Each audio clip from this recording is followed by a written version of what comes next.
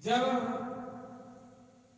भगवान की बहुत बड़ी असीम अनुकंपा मनुष्य के ऊपर होती है, जब उसके कई जन्मों के पापों का क्षय होकर पुण्यों का उदय होता है, तब कहीं भगवान की कथा सुनने का शुभ अवसर प्राप्त होता है।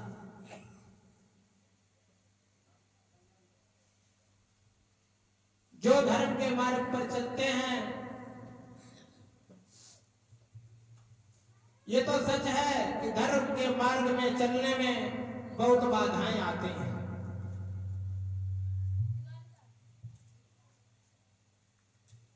क्योंकि सच बोलने में बहुत कठिनाई होती है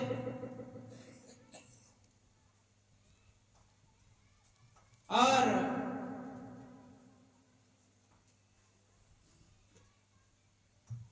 इसी से कहा जाता है कि धर्म के मार्ग पर चलो। धर्म का मार्ग धीरे धीरे जुड़ करके एक बहुत बड़ा पुण्य प्राप्त कराता है। यदि हम थोड़ा थोड़ा समय निकाल करके भगवत भजन में लगाते रहेंगे तो एक न एक दिन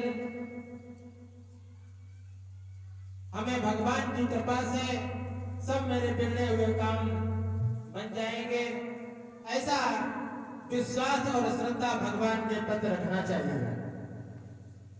ऐसी जो श्रद्धा भगवान के प्रति व्यक्त रखते हैं, कहीं आगे चल करके सफल होते हैं। सफलता कहीं थोड़ी दूर छिपी नहीं होती है, सफलता तो बहुत दूर होती है। जैसे कोई एक बीमा कराया जाता है तो पैसा तो थोड़ा थोड़ा जमा होता है, 15-16 साल 20 साल बाद पैसा पूर्ण बन जाता है, हमारा कोई ना कोई काम बन जाता है। तो हमें अपने और अपने परिवार के लिए भगवान के प्रति श्रद्धा और विश्वास रखकर प्रभु के भजन इत्यादि में समय देना चाहिए, धर्म के कार्यों में हाथ बटाना चाहिए। शास्त्रों में लिखा है, जहां कहीं कथा होती है, जो वहां की सफाई करता है, जो फल लगातार पुजारी को 5 घंटा पूजा करने से प्राप्त होता है, वो फल उसको सफाई करने में जो सफाई करता है उसको उतनी देर में प्राप्त हो जाता है।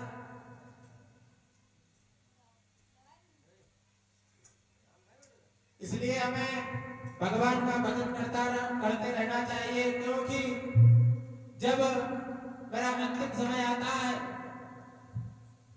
तो भगवत चर्चा, भगवत भजन और धर्मार्थ में किया गया पुरुषार्थ ही हमारे काम में आता है। क्योंकि शास्त्रों में लिखा है कि अरे मन मुसाफिर, परिचित, अरे मन मुसाफिर निकलना पड़ेगा, काया का धर्म करना पड़ेगा।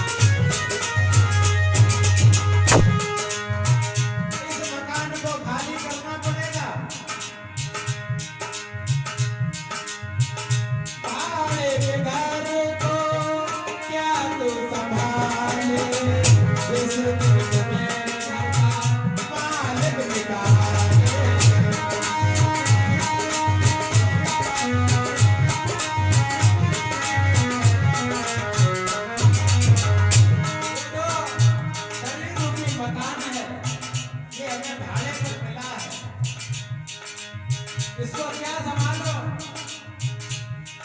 भाड़े के घर को क्या तू संभाले, जिस दिन तुम्हें घर का मालिक निकाले।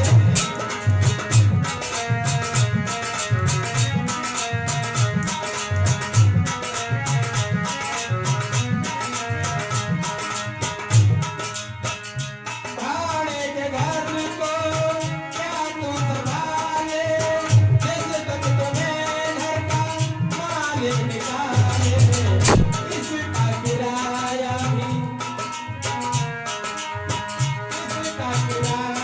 भी भरना पड़ेगा, मन मुसाफिर निकलना पड़ेगा।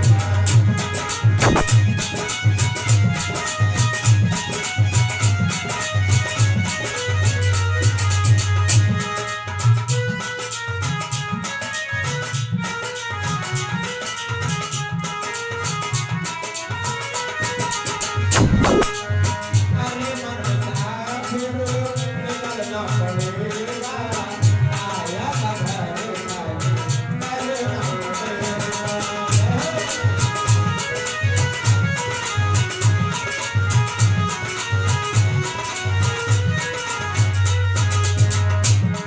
और जो भगवान के यहाँ से हम लोगों के नोटिस आएंगे, आएगा नोटिस जमानत न होगी,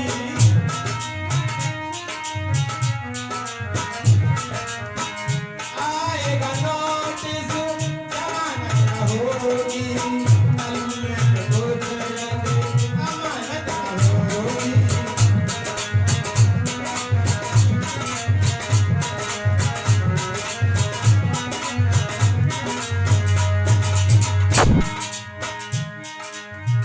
आएगा नोटिस जमानत न होगी, पल्ले में याद दो अमानत न होगी।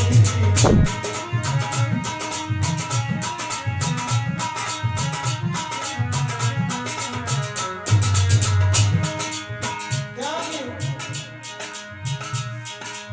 जब हमें यहाँ पे कभी जमानत की जरूरत पड़ जाती है तो पैसों की जरूरत पड़ती है, और वहाँ हमें भजन जो किया है उसकी जरूरत पड़ेगी। आएगा नोटिस जमानत न होगी, पल्ले में याद दो अमानत न होगी।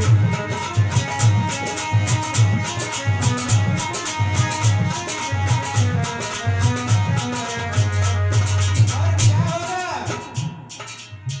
हो करके कैद तुम्हें चलना पड़ेगा, हो करके कैद तुम्हें चलना पड़ेगा, अरे रब जाने निकलना पड़ेगा।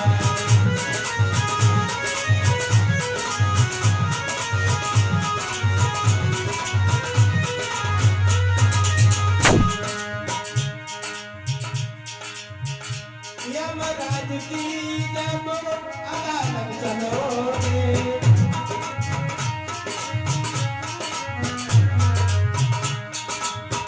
यमराज की जब अदालत चलोगे, पूछेगा हाकिम कब तक होगे।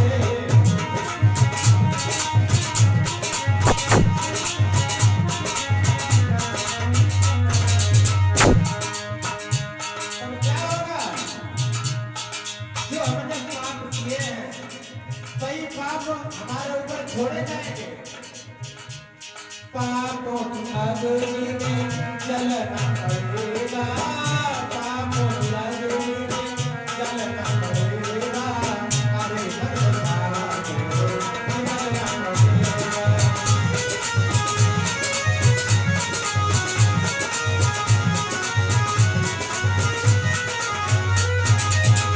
अरे मन सागर निकलना पड़ेगा, आया था घर करना पड़ेगा।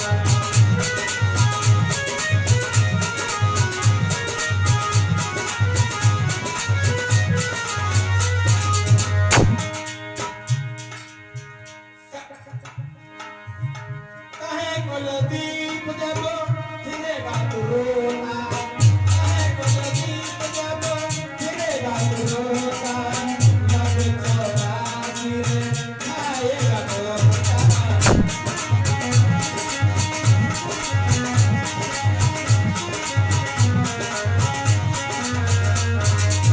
लब 84 में खाएगा तोता।